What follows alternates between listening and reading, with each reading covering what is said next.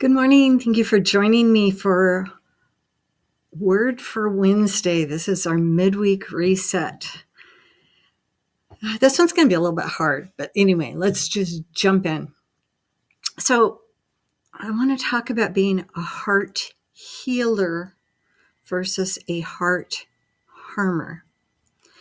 So, we've all seen maybe My Big Fat Greek Wedding. The man is the head of the house. Okay, I disagree with her. The woman is not the neck. The woman is the heart. The woman sets the tone for the household. So let's think about this. I want to go back to Genesis. And I'm in Genesis 3:16. And God tells the woman, I will greatly multiply your sorrow and your conception. In pain you shall bring forth children. Your desire will be for your husband, and he shall rule over you. And then our husbands get to work really hard and sweat hard to provide for us. But we're going to talk first about women. So when you think about heart pain, there's two types. There's physical pain, and there's heart emotional pain. So he gave us both, didn't he? I will greatly multiply your sorrow. Okay. We often have monthly physical pain. We have birthing pain. So, okay, we've got that physical thing definitely going on multiplied. And then there's the emotional aspect of it. A lot of times as wives, we feel things very deeply as mothers. And we can be crushed by our strong man who's trying to be strong for us. And while he's standing strong, he might be standing on our heart instead of sharing his. They just don't understand our fragility a lot, nor are they wired to share their heart the way we are. Okay, the other aspect of that, unfortunately, is our children also shred our heart over and over as they're straining against those apron strings. They're ripping and tearing, and our children can hurt our hearts a lot. They think that we're strong, and they don't understand the impact their words have.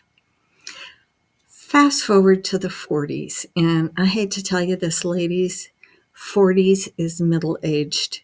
There's not a whole lot of us that aren't going to live beyond 80.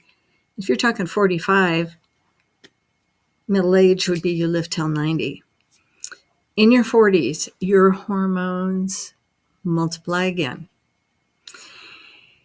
And you're exhausted. You're caring for kids that are really, really tugging against the apron strings now. A lot of times we're at a crisis in our lives. We're empty nesters or soon to be empty nesters. We might be thinking, oh, should I have had a career? Should I change careers? Midlife crisis is a point where a lot of times we go, I have had enough. There's a saying that says, hurt people hurt people. And we tend to dig in our heels in this stage of life. And I have to tell you, I'm old enough. I've seen it from both sides. I've been there both sides. So hurt people hurt people. And a lot of times our pride kicks in. I don't need you. I can do this myself. I don't need anybody.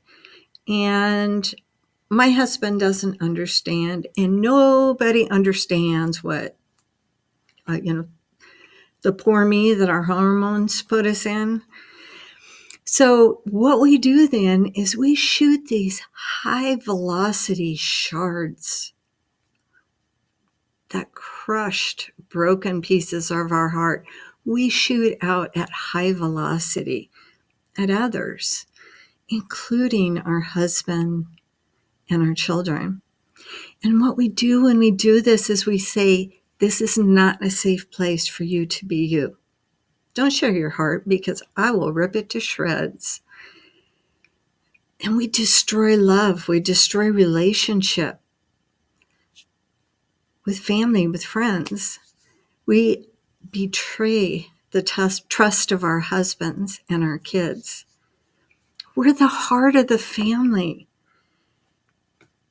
Is this the love that we want to teach them?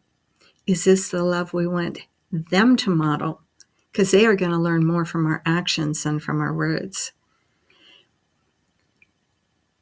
Regardless of how we feel, we have a responsibility to teach them unconditional love and grace if we want them to understand God's love and grace and mercy.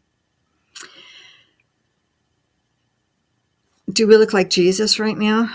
Sometimes not so much. Now, husbands, you don't get off the hook. Your pain is buried, and you are also pushing back against that buried pain, because when you bury something, it takes root and it grows. This is a two-way street. We both need to watch our hearts. What does Jesus look like? How would Jesus want you to treat your wife and family? I've seen men just bowed under the weight that they are carrying because of the hurt that we've inflicted on them. Something to think about this week. It's a new day. We can try again. God bless you all.